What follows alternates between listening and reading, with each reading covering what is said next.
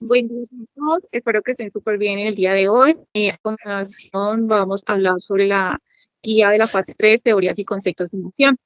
De acuerdo a esta actividad, vamos a realizar un debate en la cual pues, va a estar el moderador y va a estar equipo defensor, quien son las compañeras Yasmeni Quintero y Natalia Clavijo, y equipo contraparte, la compañera Dayana Trujillo, Franci Pachongo y mi persona, Lady Camero. El tema central de es sobre la migración. La siguiente pregunta es sobre los textos estudiados brindan ideas, conceptos o herramientas para abordar la problemática de la migración y aportar alguna solución.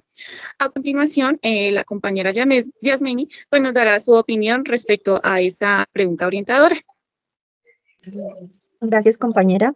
Bueno, como lo indica la compañera, voy a hacer un breve resumen inicialmente sobre esta lectura, la cual aborda la importancia de una psicología de la liberación y además destaca la necesidad de una perspectiva centrada en la transformación social. De esta forma, doy inicio a la respuesta a esta pregunta orientadora. Aunque el texto no se enfoca directamente en la migración, sí ofrece ideas y conceptos que pueden ser útiles para abordar esta problemática y contribuir a la búsqueda de soluciones. Bueno, como ya lo mencionaba anteriormente, la psicología de la liberación busca la transformación social y la conciencia crítica de los pueblos. Por tanto, si nos enfocamos en las necesidades de las mayorías populares, especialmente de aquellas afectadas por la migración, puede ser un marco útil para comprender las dinámicas migratorias y sus impactos. De igual forma, la psicología de la liberación invita a cuestionar las narrativas dominantes y a recuperar la memoria histórica de los pueblos, lo que puede ser crucial para abordar los discursos discriminatorios y xenófobos que rodean la migración, promoviendo la comprensión, una comprensión más justa y más humanizada de la situación. También esta perspectiva destaca la importancia de reconocer y fortalecer las capacidades y valores de las comunidades migrantes. Esto puede apoyar el desarrollo de estrategias que empoderen a las personas migrantes y les permitan enfrentar los desafíos de las migraciones de manera más efectiva. ¿Alguna pregunta que me quieran hacer? Sí, compañera Yasmín, referente a la lectura, ¿cuáles son las herramientas potenciales que se puede ofrecer desde la psicología de la liberación para enfrentar la problemática? Bueno, compañera, yo considero que primeramente la psicología de la liberación puede contribuir al análisis crítico de las políticas migratorias existentes, identificando sus sesgos y sus impactos en las poblaciones migrantes. Como segunda parte, la aplicación de intervenciones psicosociales con enfoque de liberación puede ayudar a las personas migrantes a enfrentar los traumas y el estrés asociado a la migración, promover a la vez su bienestar mental y fortalecer su capacidad de resiliencia. Eh, También, digamos que la psicología de la liberación puede fomentar el diálogo intercultural y el respeto por la diversidad, contribuyendo a una sociedad más inclusiva y acogedora para las personas migrantes. Eso es todo. Muchas gracias. Gracias, compañera Yasmini, por su aporte respecto a esta lectura y el debate que ha hecho. A continuación, pues la compañera del equipo contraparte, que es Dayana Trujillo, pues también nos va a dar su opinión acerca de referente a su lectura. Escuchamos, compañera. Muchas gracias. Cordial saludo. El texto sobre la psicología social en su cuarta parte sobre el estudio de las actitudes es fundamental para abordar la problemática de la migración, ya que la actitud es un estado mental inneural influenciado por la experiencia. Este da respuesta a un individuo independientemente de las situaciones con que sus relaciones sociales, en donde resaltan las características, los componentes afectivos como deseables, cognitivos como cualidades y conductual, los sistemas de valores, la consistencia, la modificación, el compromiso, la comunicación y persuasión en la modificación y en contextos más amplios, los correlatos de la persuabilidad y la resistencia a las actitudes. por lo que de esta manera la actitud es la postura del cuerpo o la reacción en la que manifiesta o expresa un estado de ánimo relacionado con la experiencia como respuesta a una situación en la relación en el entorno social. El estado mental y neural son los pensamientos o ideas que acompañan al estado de ánimo que se pueden representar en sensación, percepción, actitud, como la que estamos estudiando, y emociones relacionados con el sistema nervioso. El carácter de tendencia o disposición es la intención de tendencia y disposición hacia un objetivo. Este carácter de aprendida o adquirida mediante la experiencia es el comportamiento que se desarrolla como resultado de la experiencia, y la influencia es el poder y autoridad para intervenir en algo, en este caso, sobre las respuestas del sujeto. Sus características son, en primer lugar, procesos derivados del aprendizaje y de la experiencia que se forman e integran a lo largo de la vida individual. En segundo lugar, condicionan y modifican las experiencias siguientes reflejadas en las conductas del sujeto, infiriendo en la forma de reaccionar de las personas con objetos, que es a lo que el individuo reacciona como persona, situaciones, etc. En la dirección afectiva, como por objetos, comida, etc., y en la intensidad. Es así que, según el autor Bello Dávila, en la página 95, menciona que el componente conductual que refiere a las tendencias de conducta que producen acciones para proteger o ayudar al objeto de la actitud, o por el contrario, para agredirlo o castigarlo. De esta manera dice que las actitudes desempeñan funciones psicológicas en el individuo. Por ejemplo, una persona con considerable hostilidad puede encontrar una salida en las actitudes agresivas contra grupos minoritarios, que en nuestro caso con la problemática de la migración. La personalidad y la conducta individual están organizadas alrededor de valores centrales que comprenden numerosas actitudes interrelacionadas. Eider plantea que el sentimiento positivo o negativo hacia otra persona tiende al estado de equilibrio con el sentimiento del individuo hacia un objeto o actitud que otra persona también está orientada. Así, tiende a aceptar a la persona que comparte su actitud y a rechazar a quien tenga una actitud negativa frente a esta. La teoría de la disonancia cognitiva de Festinger trata de vincular la actitud con la conducta del sujeto, tratando de explicar condiciones bajo las cuales se corresponden las actitudes y la conducta. ¿Tienen alguna pregunta, compañeras? Dayana, directamente, ¿cómo se relaciona la actitud con la migración y qué solución aporta? Ok, aquí puedo relacionar las situaciones que describimos en el foro colaborativo, en donde los niños no pueden estudiar, la gente no puede acceder a servicios de salud, en donde han sido vulnerados más de una vez, no han recibido una paga ni un trato justo, han sufrido humillación, por lo que esto ha provocado que no tienen un buen sustento económico, pasen por necesidades básicas para vivir y tengan que trasladarse a otros lugares buscando mayores oportunidades debido al rechazo. Todo esto debido a la actitud negativa y racista de la gente. La solución que podría aportar sería empezando por cambiar un elemento cognitivo de la conducta, cambiar un elemento cognitivo del ambiente y adicionar nuevos elementos cognitivos, con la modificación de actitudes, comprometiéndose a hacerlo, con la comunicación y persuasión de las actitudes dependiendo de la influencia del comunicador, a distancia entre las posiciones del comunicador y el sujeto, las apelaciones emocionales o racionales, las apelaciones positivas o negativas, la secuencia de los argumentos, el nivel de discrepancia entre el argumento y el sujeto, y los argumentos unilaterales y bilaterales. Gracias. Gracias, Liliana, por su aporte respecto a sus actitudes de acuerdo a la lectura. A continuación voy a hablar sobre la lectura de Morales Domínguez, de la percepción de personas y de sus acciones. De acuerdo a la problemática de la inmigración, pues sabemos que se manejan diferentes tipos sobre los derechos humanos, la integración social, empleo y economía, la seguridad y la criminalidad y acceso a servicios, en la cual pues para los migrantes pueden enfrentar barreras para acceder a servicios básicos como la salud, la educación, vivienda pues en cada país. Esto hace que pueda limitar la calidad de vida y el bienestar. El texto de la psicología social de Morales Domínguez se trata sobre la subjetividad y diversidad de interpretaciones. Puede ser relevante para comprender cómo diferentes grupos perciben y evalúan a los inmigrantes y sus acciones. Esto puede ayudar a desarrollar estrategias más inclusivas, empáticas para abordar los desafíos asociados con la inmigración. También habla sobre los sesgos conceptuales y estereotipos. Este texto puede destacar la importancia de reconocer y superar los sesgos que pueden influir en la percepción de los migrantes al entender cómo se forman Estos sesgos se pueden implementar intervenciones para promover una percepción más objetiva y positiva a las personas. La contextualización social se puede desarrollar a interacciones, puede ser útil para identificar a los factores que influyen en la percepción de los migrantes. Esto puede llevar a la implementación de políticas y programas que aborden a causas subyacentes de la discriminación y la exclusión.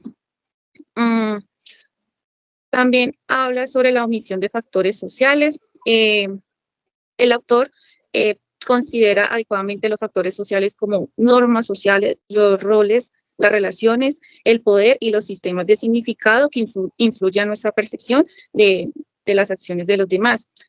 Puede ver importancia la influencia de las estructuras sociales en la interpretación de las acciones individuales. La conclusión que se puede dar de acuerdo a la lectura de Morales Domínguez respecto pues, al tema de la percepción de personas y sus acciones, tiene ventajas y desventajas, mientras destaca la importancia de la subjetividad y el análisis individualizado puede ser limitado en la consideración de sesgos, estereotipos, contexto social, factores sociales más amplios que influyen en la percepción. Es un enfoque necesario, equilibrado, que valore sus contribuciones mientras reconoce sus limitaciones para una comprensión más completa de las interacciones humanas. No sé si me quieran hacer algún tipo de pregunta. Sí, compañera. ¿Usted cómo cree que podríamos mejorar el enfoque de Morales Domínguez para abordar de manera más completa la percepción de personas y sus acciones en el contexto de la psicología social? Sí, compañera, respecto a la pregunta, pues para mejorar este enfoque, se podría considerar sobre cómo incluir un análisis más profundo del contexto social y cultural y situacional en el que pues, se puede desarrollar interacciones humanas, implicando considerar las normas sociales, los roles, las relaciones y el poder del sistema significado que influye a la percepción de las personas. El enfoque crítico adopta construcción de la realidad y de los mecanismos del poder que afectan la percepción, implica examinar cómo los estereotipos y prejuicios, estructuras sociales influyen en nuestras interpretaciones y atribuciones de las acciones de los demás, la diversidad de perspectivas, que incluye también una variedad y voces en el análisis de la percepción. Esto implica considerar las experiencias y puntos de vista de diferentes grupos sociales, culturales y étnicos en cuanto al tema de la migración para obtener una comprensión más completa y enriquecedora de la dinámica de dicho tema. Esto ha sido todo pues, respecto a la lectura que me corresponde del debate. A continuación, seguimos con el equipo defensor de Natalia Clavijo. Entonces, la escuchamos, compañera. Gracias, compañera. Bueno, cordial saludo. Respondiendo a la pregunta con base en la lectura abordada de Morales Domínguez, estereotipos, se mencionan un sinnúmero de definiciones como la de Walter Lippmann, que representa una concepción de los estereotipos como imágenes mentales que median entre nosotros y la realidad. Influyen en cómo percibimos las cosas y nos hablan del mundo antes de ver. Según Mackey y Coles, los estereotipos se forman a través de lo cognitivo, afectivo, socioemocional y cultural. Por lo tanto, es una estructura cognitiva que nos hacemos las personas frente a un grupo en general que tiene las características específicas, como su físico, vestimenta, modo de vestir, actuar y creencias, para así concebir una percepción de la persona o grupo sea de manera negativa o positiva. Asimismo, los estereotipos sistematizan o simplifican la realidad y organizan la información.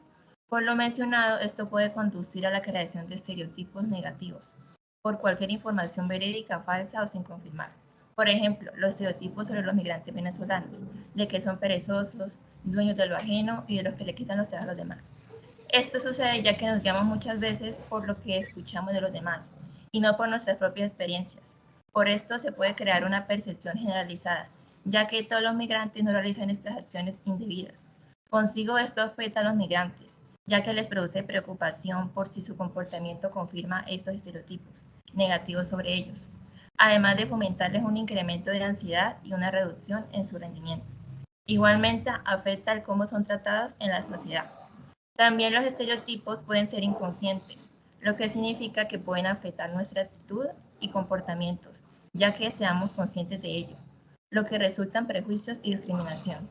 Esta lectura proporciona toda la información necesaria en torno a los estereotipos, en el cómo influyen y se forman, ya que estos están muy presentes en los migrantes, y por su relación con los prejuicios y la discriminación, puede ser relevante esa lectura para abordar esta problemática.